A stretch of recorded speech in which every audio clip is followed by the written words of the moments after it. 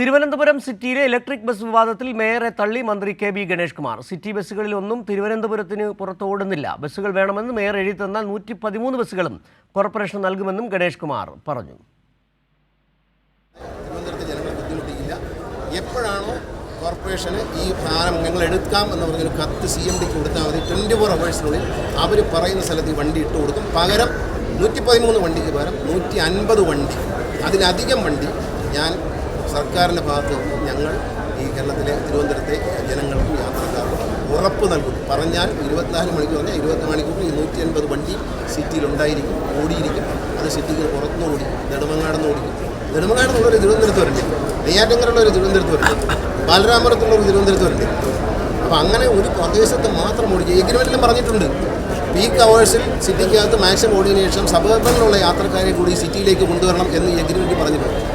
ഇതൊക്കെ അദ്ദേഹത്തെ ആരോ തെറ്റിദ്ധരിപ്പിച്ചാണ്. വായിച്ചു നോക്കുക, പഠിക്കുക, പഠിച്ചിട്ട് മറുപടി പറയുക.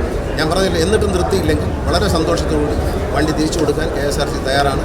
CMDക്ക് എന്നെപ്പോലും കാണണ്ട, CMDക്ക് ഒരു കത്ത് കൊടുത്തോളൂ. 24 അവേഴ്സിനുള്ളിൽ വണ്ടി നിങ്ങൾ പറയുന്ന സ്ഥലത്ത് പാർക്ക് ചെയ്ത് തരും.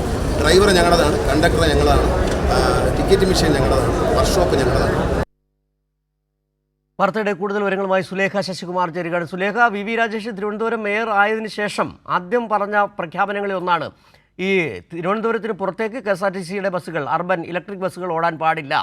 തിരുവനന്തപുരത്തിന് പുറത്തുള്ള ഒരു മന്ത്രി ചോദിച്ചത് തന്നെയാണ് ഏറ്റവും പ്രസക്തമായ ഒരു കാര്യം. തിരുവനന്തപുരത്തിന് പുറത്തുള്ളവർക്ക് തിരുവനന്തപുരത്തേക്ക് വരേണ്ടതില്ലേ? എന്തിനാണ് ഈ കടുംപിടുത്തം? ഇതൊരു വൈരാഗ്യത്തിൻ്റെ കാര്യമുണ്ടോ? എന്താണ് ഇതുമായി ബന്ധപ്പെട്ട് ഇപ്പോൾ മന്ത്രി പറഞ്ഞ മറ്റു കാര്യങ്ങൾ?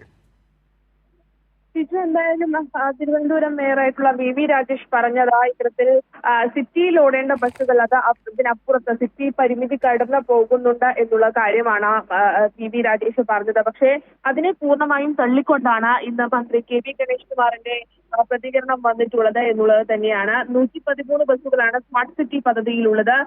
ഇതിൽ കേന്ദ്രത്തിന്റെയും സംസ്ഥാനത്തിന്റെയും വിഹിതം അത് 500 കോടി വീതമുണ്ട് എന്നുള്ളത് തന്നെയാണ്. നഗരസഭ പണം എടുക്കുന്നു എന്ന് പറയുമ്പോൾ അത് സംസ്ഥാനത്തിന്റെ പണമാണ് നഗരസഭ ഈ ഇലക്ട്രിക് ബസ് വാങ്ങുന്നതിൽ ഒടുക്കിയത്.